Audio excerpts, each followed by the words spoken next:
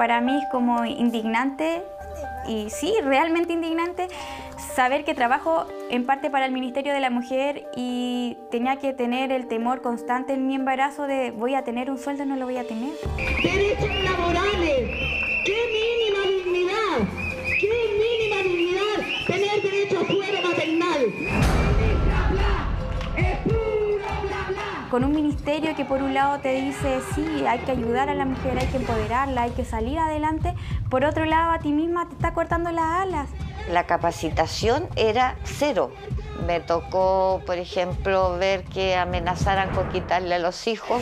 ¡Apuro, pan! ¡Apuro, té! ¡Así nos tiene Sename! Derechos para aquellos que atienden a las mujeres violentadas de nuestro país.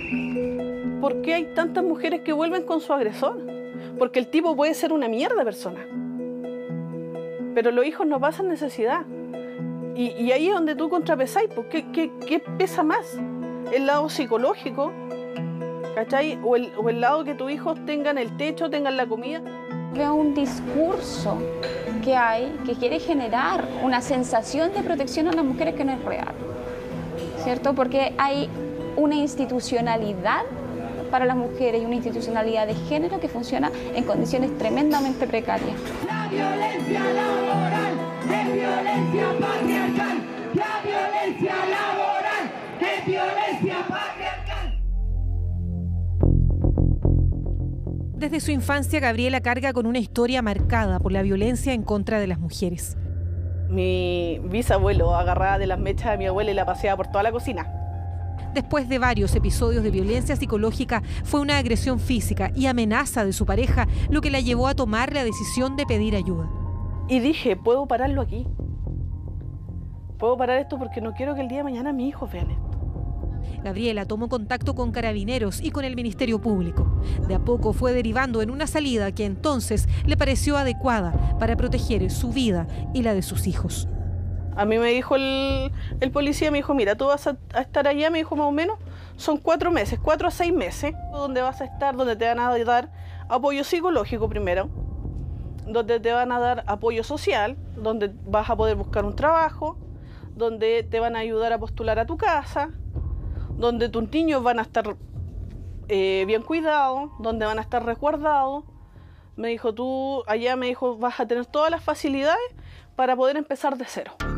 Pero su historia estaba muy lejos de eso, porque de acuerdo a su relato, en la casa de acogida donde debía hallar refugio y protección, Gabriela se encontró con la otra cara de un sistema que el mecanismo de género parece estar lejos de controlar con efectividad. Habían cosas que eran destinadas para las usuarias que se las comían el personal técnico. Nosotros abrimos una puerta de una bodega, de una habitación que tenían como bodega, donde había confort hasta el techo, donde habían, te lo prometo que tienen que haber habido unas 150, 200 bebidas, cajas con dulce para los niños, crema, palmitos, piña, todo para entregarle a los niños. ¿Y eso no lo recibió nunca? Jamás. Habían útiles de aseo que nosotros jamás los vimos.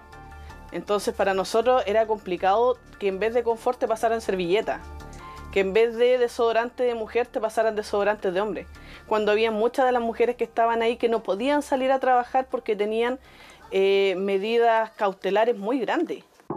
El testimonio de Gabriela coincide con el de una exfuncionaria, quien incluso intentó denunciar los hechos, pero asegura que no tuvo acogida de las autoridades. Finalmente dejó su trabajo, agobiada por el día a día en una casa de acogida. Honestamente, la casa de acogida en la que yo trabajé no eran ninguna ayuda para las mujeres. Era solamente el techo y la comida. No era un apoyo real. Incluso existía la posibilidad de que les quitaran los hijos, las amenazaban. Eran diferentes cosas muy desagradables. Que el personal no era idóneo.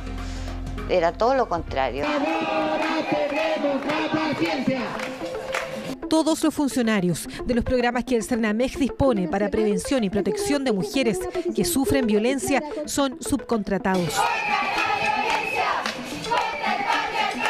Hoy, una parte importante de ellos que se desempeñan en los centros de la mujer están movilizados.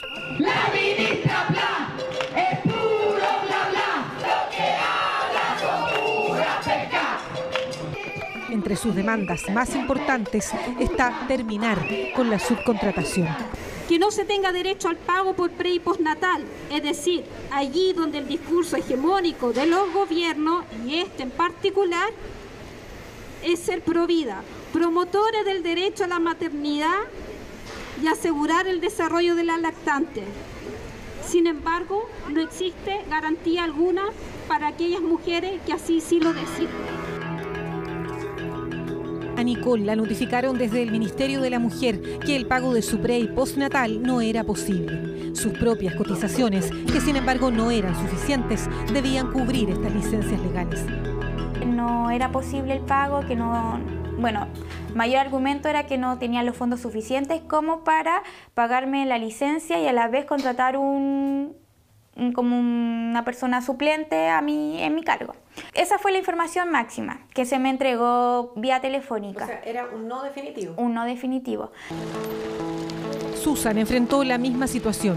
Tampoco tenía cotizaciones suficientes y el Cernamej no pagó su pre- y postnatal.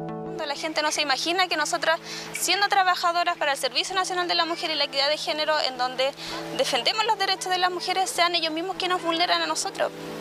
En una etapa en la que uno decide ser mamá, si eso es una decisión que tenemos cada mujer, ellos también lo promueven a través de sus convenios y al mismo tiempo nos vulneran. Es una contradicción terrible. Durante el gobierno de la presidenta Michelle Bachelet se establecía que el pago de pre- y postnatal de las trabajadoras subcontratadas de los programas del Cernamej debía ser cubierto por la entidad de salud en la cual cotizaran.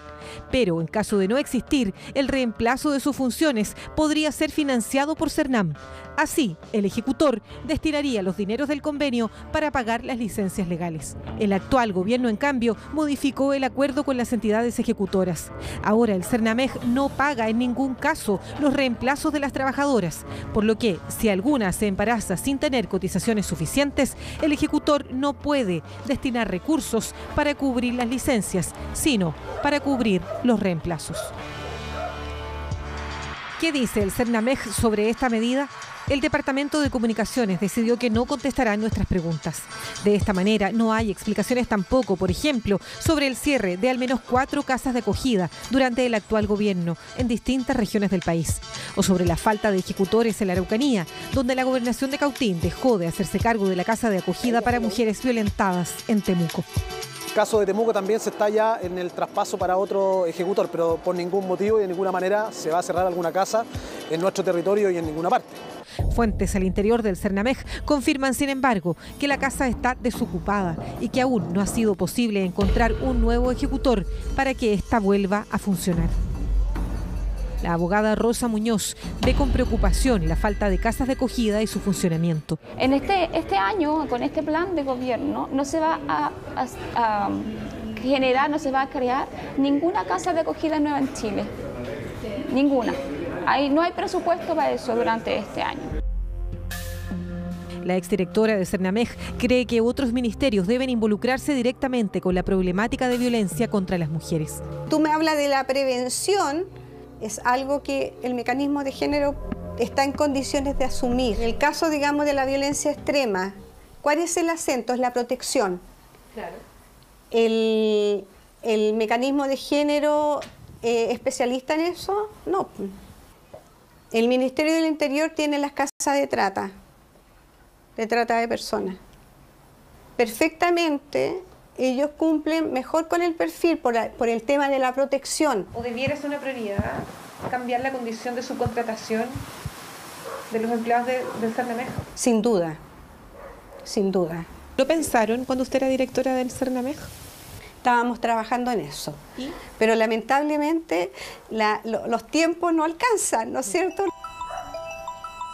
Nicole logró, tras difundir una carta que se viralizó por las redes sociales, que el Cernamej cubriera sus licencias de pre- y postnatal. En sus convenios ellos sí le garantizan al hombre el postnatal legal que se da. El hombre legalmente tiene derecho a una semana de no presentarse a su trabajo con goce de sueldo cuando nace un bebé.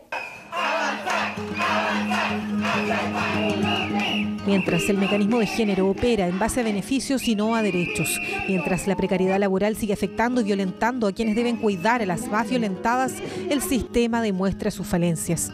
215 mujeres han muerto solo en los últimos 5 años a manos de su marido, exmarido o conviviente. Gabriela pudo sumarse a esa lista.